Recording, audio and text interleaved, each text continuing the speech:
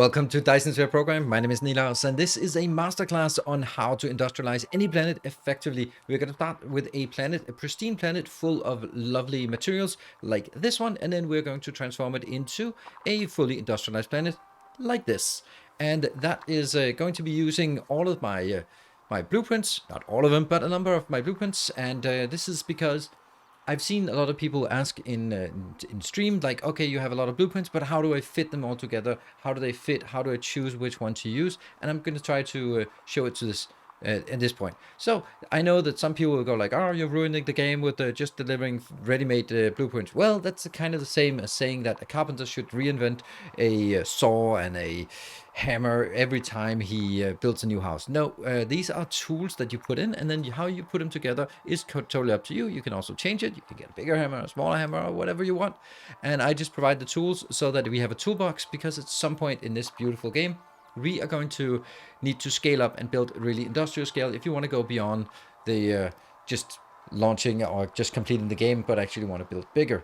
And this is going to be this is how I do this, and yeah, I think it's a really enjoyable way, and no matter what you do, it's always going to break, and the breaking part is kind of really fun to just go and fix. So if you like this kind of content, want to see more, then hit the like button and consider subscribing if you for some reason are watching this content and not subscribed to the channel. I'm also going to mention it, I do have a Patreon, so if you want to support the channel and the work I do here, then feel free to check out the Patreon. Of course, no obligation, but thank you very much. Now in this case, I'm actually starting at a planet, but our step 0 is actually identify what we want to build and identify what planet it is we want to choose from. So in this case, I have sort of thought about it a bit in advance, and I want to do processors, because processors is one of the things that I have a really cool blueprint for, a templated blueprint, and I haven't showed you off this one. Instead of just showing it off as a, here's the processor blueprint, that I'm going to show it off in this context as now we're going to make an entire planet into a processor planet. The first thing we want to do on a new planet is to find the North Pole.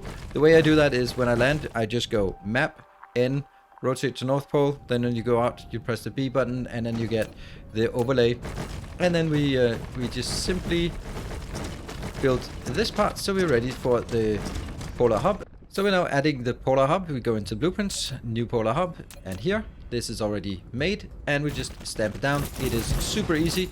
I always say this, the one with the outbound of the yellow cubes is closer to me. And yes, if you're wondering about the yellow cubes, then that's just purely aesthetic. And on top of that, since we know we need to do outbounds, we also go in here, new polar hub. And I will also place this. This is the inbound and outbound. At this point, you have to build a little connection here.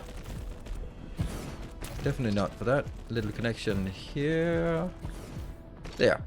So that we get the warpers out into the other towers. Now this is just getting us started, and we will be requesting everything to this planet, even though it doesn't have power, because everything will be provided to this location. The next step on our little endeavor here is to add the solar panels, or sort of the grid for the rest of the planet.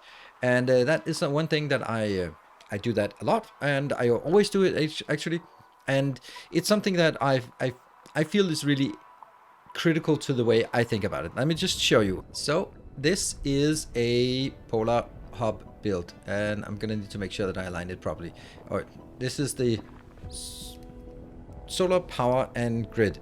It serves 3 purposes. First and foremost, which you can't argue against the merits of that, is that this is my brand. This is how all my planets look like. It helps me to separate it easily into the planetary sectors that I need, so I know exactly what I can build where. Secondly, it does give a bit of power. In this case, because it's a lava planet, it goes to the star, it gives quite a lot of power, so that's nice. And thirdly, it also gives us a power grid anywhere, so that when we start mining, then we can also get we can get the power directly or pretty close. So that's really convenient, instead of just dragging power poles randomly across the planet. I've seen people do that. I can't stand it. It's awful. This is how I do it. But of course, when you start placing it, then you will have issues, because there's a lot of things in the way. You can just press Shift Enter and it'll place what it can, but in my case, I like to have things aesthetic and pure and nice, so I spent the time on cleaning this up so we can stamp it down entirely. And so when we've cleaned it up, we're ready to stamp it down, and it just works like that. And now comes another little tedious thing, and that's just flying around and letting this one be placed. I am setting my polar hub to always export all of the stuff we need, so that you always have 1000.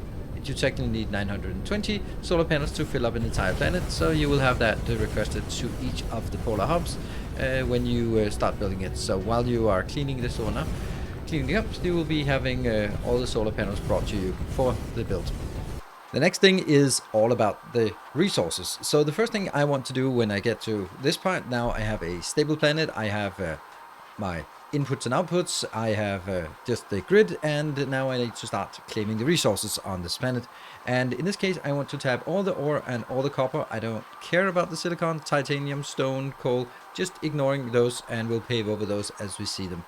But that will still require this. Of course, if you are in the early game, then you don't have the option of using the magnificent new miners. I mean, new and new. But if you are, if you have them, use them. They are so damn good. And then from this perspective on, yeah, we'll just start building these things. And unfortunately, that one is so close that it's going to be getting in trouble with the distance from the logistics, the interstellar logistics. And here I am not going to spend too much time on making sure that I get the optimal. I don't care if I miss out a little bit here and there. That is of no concern. But I'll just be tapping all of the iron, all of the copper on this planet. And as we can see, we will definitely be getting in trouble when it comes to power. But that's kind of, we know that, and we'll be fixing that. So now we built it, and it's obviously drawing way too much power for what we have. So let's look at power options before we get into the industrialization of this planet. Now, power options, there are different power options for different stages of the game. So as soon as you start exploring and expanding, you are going to need some power. Now, if you are in a planet that, or in a system that has a gas giant, this one does not.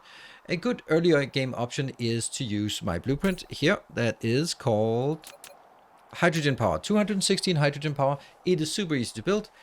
For the hydrogen power plant, we need a quarter of the planet, and we need to build it right here. So I drag it down as far down as it can go, and having this vertical line being on that grid intersection. And we build it here. And then you will see that this builds 100 thermal power plants, and it'll be consuming. It'll be set up here so that it will be locally and globally demanding up to 10,000. What I've also included is a thermal power plant, because you don't have thermal power plants on you when you expand. So I've included this blueprint that it requests the 100 thermal power plants that it needs, so that when it comes in here, it's supplied by our Make Everything hub, separate video, then it'll just be arriving. You can pick up the 100. And here they are. I will be picking them up. And one of the advantages of this is, first of all, it's using a non-contested area of the planet. I don't have anything else that uses this area, so you will not be bumping into things. Of course, this could be like mining places, but in this case, it's not. And we are getting stuff inbound. Well, we should be getting stuff inbound. This is set up so it works. It doesn't request warpers because it assumes that you only build it in planet systems with a systems where we have iron and hydrogen inside the inside the location. But once we have it, then this is it. And you can build 4 of these around the world, around the north and potentially also south. So you can get 216 megawatts at the north and potentially also 216 at the south. But you're going to be using a hell of a lot of hydrogen if that's the case. When it comes to power in the hub, we can look at several options, and one of the options I have, well, I do have a fusion power option, or I have a solar power, a star powered option with 6, or a star powered option with 24. So this will be generating 360. I will just stamp it down. I put it here and then I tap twice so that I get the focus to be in the middle of the blueprint. I can stamp it down here. Then all I need to do is I need to set up here. I need to request deuterium that you hopefully have somewhere else. I connect these belts because, well, they need to be connected. And I will then have this one going out. For test purposes, I have already prepared it, and you can see that it goes out here. We'll go on the other side. So this will just neatly fit in 24 fusion power plants right in here and get us the power that we need.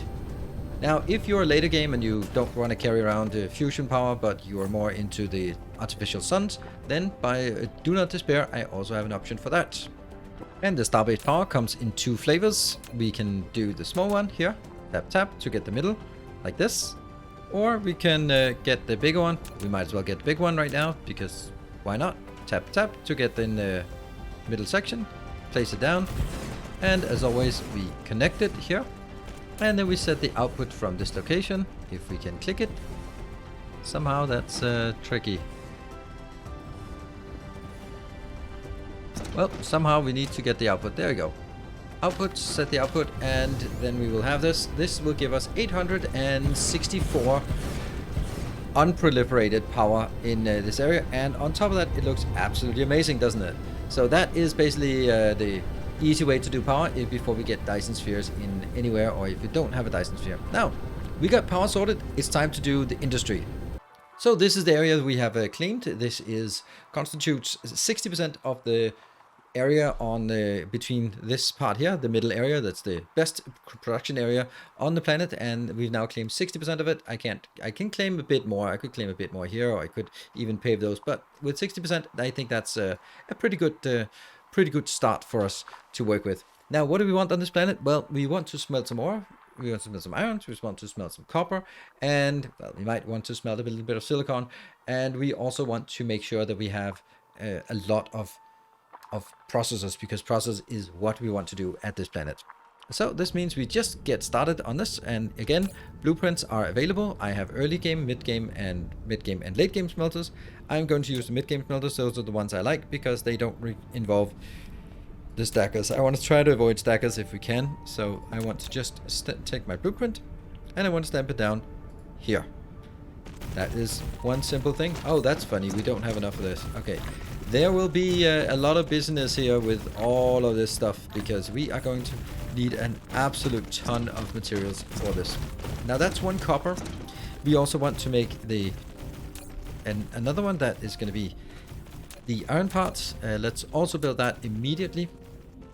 Let's build that here. They're going to look exactly the same, and then that will get built. This is 120 iron, 120 copper. And we will then go a little bit crazy with this. So let's go a bit crazy with this. We're going to continue the iron parts because we have 22 million, and not only will I be building it for my processor build, but I will also be exporting it as well. So this is what we are now waiting for. We need to build all this. Now, in terms of how much we actually get from this, we have 120 for each of the columns, and there are 6 columns of those. That means I am producing 720 copper, 720 iron for this part. It's a pretty decent amount, and we could potentially double it, but that would take the rest of the space available. So we'll keep it like this for now. I will also just be making a little spot out here for the mediocre silicon that we also have. And that's the smelting done. We now have 720 iron and copper and available. What we need to do is we need to make sure that we have the silicon available. Yeah, we do have a little bit of silicon here, but it can't keep up. So we need to make sure that we deal with our import and export. This is why we have these 4 outer towers. They are dedicated for import and export. Yes, you can use interstellar logistics here and do it directly, but I like this way because, well, that's kind of how I want it. I never transport raw, like copper ore and iron ore, that kind of thing. I process them on the planet they are where they're found at, and then I bring them somewhere else. That's just a choice for me. We'll need to make sure that we get some inputs and outputs, and I will be remote demanding and local supplying. And that's one of those, and let's do 2 of those. I think that'll be enough. Let's do that one, and there, remote demand and local supply. So it brings it into the planet, and then it delivers it down there afterwards once it goes. And then we have 100 drones up here, plus whatever 50 for each, or 100 for each of these. It's 50, right? Yeah, 50 for one of these to bring it in. So let's have a look at our processor build, because that is basically the next thing we want to build. I have prepared a build. Of course I have. They are on the intermediate product PLS.